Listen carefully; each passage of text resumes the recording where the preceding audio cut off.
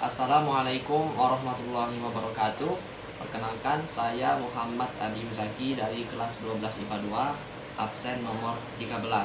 Pada kesempatan kali ini, saya akan melakukan ujian praktek biologi, yaitu melakukan percobaan uji amilum dan protein serta lemak pada makanan. Adapun alat dan bahan yang saya perlukan adalah yang pertama yaitu pisang yang sudah dihaluskan dan dicampur dengan air, gula pasir yang sudah dilarutkan dengan air, susu UHT, putih telur, biskuit yang sudah dicampur dengan air dan dihaluskan, tepung terigu yang sudah dicampur dengan air, betadine untuk menguji zat amilum, asam cuka untuk menguji zat protein, cup yang ini untuk menguji zat amilum dan cup yang ini untuk menguji zat protein. Kemudian ada sendok dan label kertas untuk menamai tiap-tiap sampel tadi agar tidak tertukar. Pertama akan saya lakukan adalah memindahkan sampel-sampel makanan ini ke dalam cup. Uji coba pertama adalah uji coba zat amilum. Untuk percobaan pertama kita akan menguji zat amilum. Sampel-sampel yang berada di mangkuk tadi sudah saya pindahkan ke dalam cup yang kita gunakan khusus untuk menguji zat amilum. Setelah itu kita akan meneteskan dengan betadine.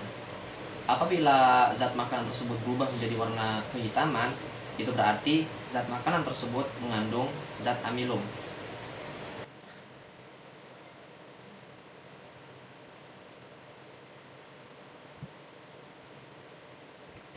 Jika sudah diteteskan, mari kita lihat apa yang terjadi. Baiklah, di sini dapat kita lihat biskuit berubah warnanya menjadi kehitaman. Putih telur setelah diteteskan ke betadine, warnanya tetap sama seperti betadine dan tidak berubah menjadi kehitaman. Pisang berubah menjadi kehitaman. Tepung terigu juga berubah menjadi kehitaman. Susu UHT tetap sama seperti sebelumnya. Dan gula pasir warnanya tidak berubah menjadi kehitaman, sama seperti betadine. Jadi dari sini dapat disimpulkan bahwa biskuit, pisang, dan tepung terigu mengandung amilum, sementara putih telur, susu UHT, dan gula pasir tidak mengandung amilum. Percobaan yang kedua, kita akan menguji zat protein dalam sampel-sampel makanan berikut dengan cara meneteskan asam cuka ke tiap sampel makanan.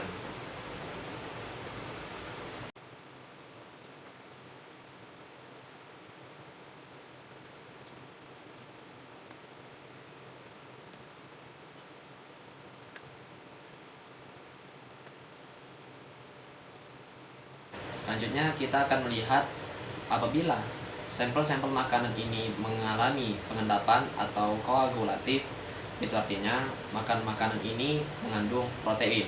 Sebaliknya jika tidak terjadi pengendapan, itu artinya makanan-makanan ini tidak mengandung protein. Pertama di sini ada pisang.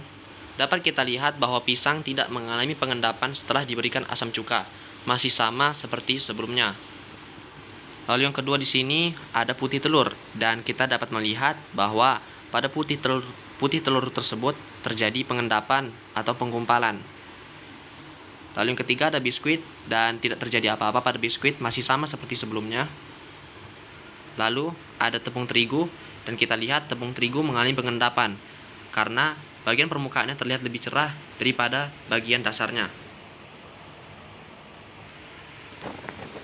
Lalu yang kelima ada susu UHT, dan kita lihat bahwa susu UHT juga mengalami pengendap. Kemudian ada air gula, dan air gula tidak mengalami pengendapan. Dari sini dapat disimpulkan bahwa pisang, biskuit, dan air gula tidak mengandung protein karena tidak terjadi pengendapan setelah diberikan asam cuka. Sedangkan pada putih telur, tepung terigu, dan susu UHT terjadi pengendapan setelah diberi asam cuka. Itu artinya putih telur, tepung terigu, dan susu UHT mengandung protein.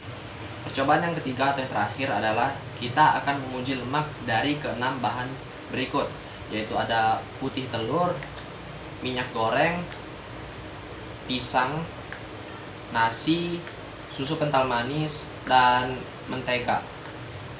Dan bahan lain yang kita perlukan yaitu satu lembar kertas HVS, pena, dan penggaris. Hal pertama yang akan kita lakukan adalah membagi kertas HVS ini menjadi 6 bagian. Baiklah, setelah kertas kita bagi menjadi 6 kotak atau 6 bagian, mentega, susu kental manis, nasi, minyak goreng, putih telur, dan pisang, kita akan mengoleskan semua bahan makanan yang ada di sini ke atas kertas tadi.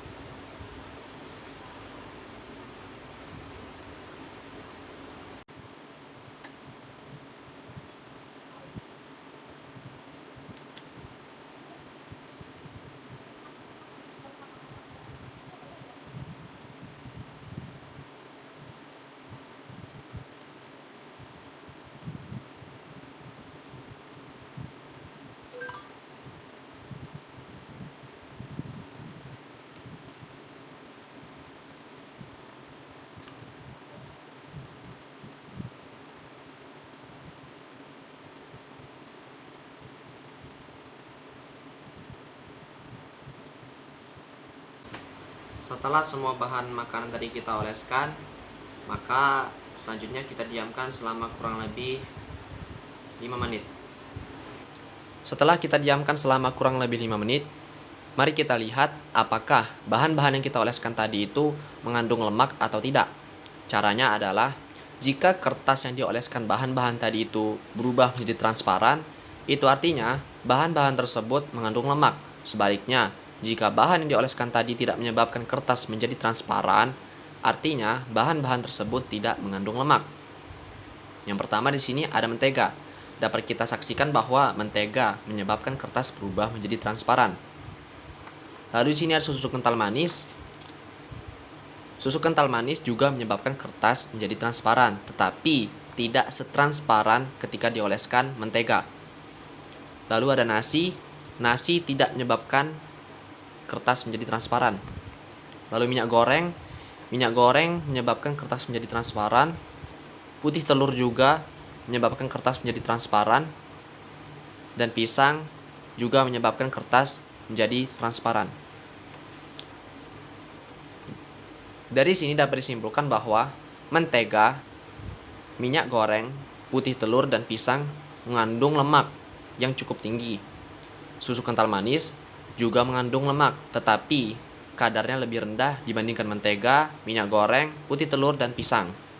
Lalu di sini hanya nasi yang tidak membuat kertas menjadi transparan. Itu artinya nasi tidak mengandung lemak.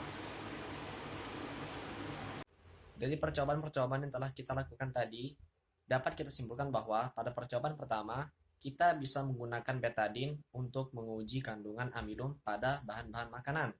Apabila bahan makanan yang diberikan betadine berubah warnanya menjadi kehitaman, itu artinya bahan makanan tersebut mengandung amilum. Lalu pada percobaan yang kedua, kita dapat menggunakan asam cuka untuk menguji kandungan protein pada bahan-bahan makanan. Dan apabila bahan makanan yang diberikan asam cuka mengalami pengendapan atau peristiwa koagulasi, itu artinya makanan tersebut mengandung protein. Untuk percobaan yang ketiga atau percobaan yang terakhir, kita dapat menguji kandungan lemak dari suatu makanan dengan menggunakan kertas. Apabila kertas yang dioleskan bahan makanan tersebut berubah menjadi transparan, itu artinya makanan tersebut mengandung lemak. Sebaliknya, jika kertas tersebut tidak berubah menjadi transparan, artinya makanan tersebut tidak mengandung lemak. Demikianlah percobaan hari ini, semoga bermanfaat. Saya akhiri, wabillahi taufik wa hidayah. Wassalamualaikum warahmatullahi wabarakatuh.